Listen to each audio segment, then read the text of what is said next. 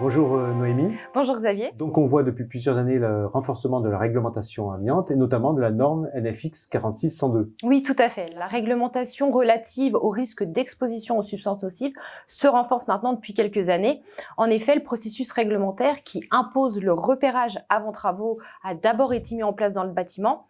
Mais en 2016, la loi El Khomri est venue renforcer les obligations des maîtres d'ouvrage et des entreprises de travaux en rendant obligatoire la recherche d'amiante à tout type de travaux. D'ailleurs, le décret de 2019 est venu définir 6 domaines d'application.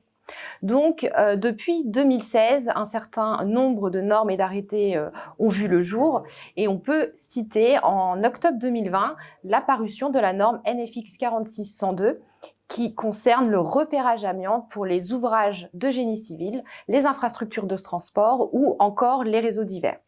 Et cette norme est venue définir les modalités de réalisation de ces repérages pour les travaux sur voirie. On peut citer aussi en 2021 la sortie de la norme NFP 94001 qui, elle, concerne les repérages d'amiante environnementale pour l'étude géologique des sols et des roches en place. Pour se projeter en 2022, est attendu l'arrêté compétence qui est associé à la norme NFX 46-102 et qui a pour objectif de venir définir les compétences attendues des opérateurs de repérage afin qu'ils soient en capacité de réaliser ces repérages.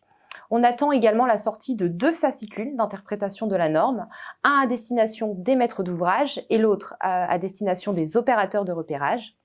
Et cet arrêté compétence est attendu sur les années 2023 et 2024. Oui, très bien. Donc on voit, vous avez mis en place aussi un baromètre amiante depuis plusieurs années. Alors oui. Quels enseignements peut-on tirer pour cette année? Alors tout à fait. Chaque année, Protis lance son baromètre amiante dont l'objectif pour nous est de pouvoir suivre année après année l'évolution de la perception du risque amiante par les professionnels des travaux publics. L'an dernier, on avait constaté que forcément la gestion de la crise sanitaire avait eu un impact sur l'intérêt que pouvaient porter les professionnels à la réglementation amiante et ça avait d'ailleurs eu des conséquences sur les résultats de cette édition. Cette année, et dans un contexte de retour à la normale au sens où les chantiers sur voirie ont repris, la réglementation revient au cœur des préoccupations des professionnels. Et donc le premier constat que l'on peut tirer de cette nouvelle édition, c'est que les professionnels se sont de nouveau intéressés à la réglementation amiante parce que 70% d'entre eux affirment avoir connaissance de la sortie de la norme NFX 46-102. Et c'est d'ailleurs 9 points de plus que la dernière édition.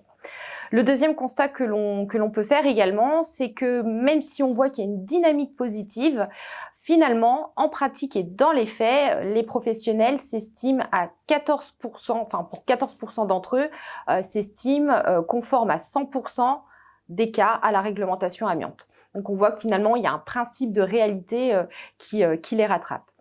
Et enfin, le dernier constat que l'on peut en tirer, c'est que depuis la sortie de la norme et à l'aube de la parution de son arrêté, l'inquiétude sur de possibles plaintes qui émaneraient de leurs salariés grandit.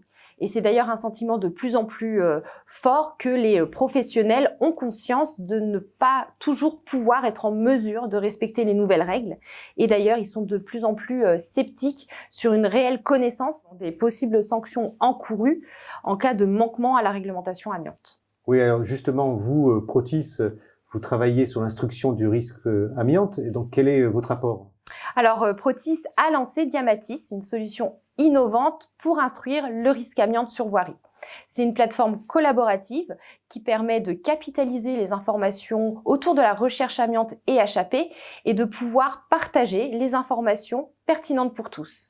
L'objectif de Diamatis, c'est de faire gagner du temps, c'est également de sécuriser les processus, mais également d'optimiser les coûts, et tout cela au sein d'un seul et même système d'information qui va ainsi permettre au maître d'ouvrage d'avoir une vue globale de son projet. D'ailleurs, Diamatis est aujourd'hui utilisé par de grands maîtres d'ouvrage tels que Enedis, GRDF ou encore Orange. Voilà, merci Noémie. Merci Xavier.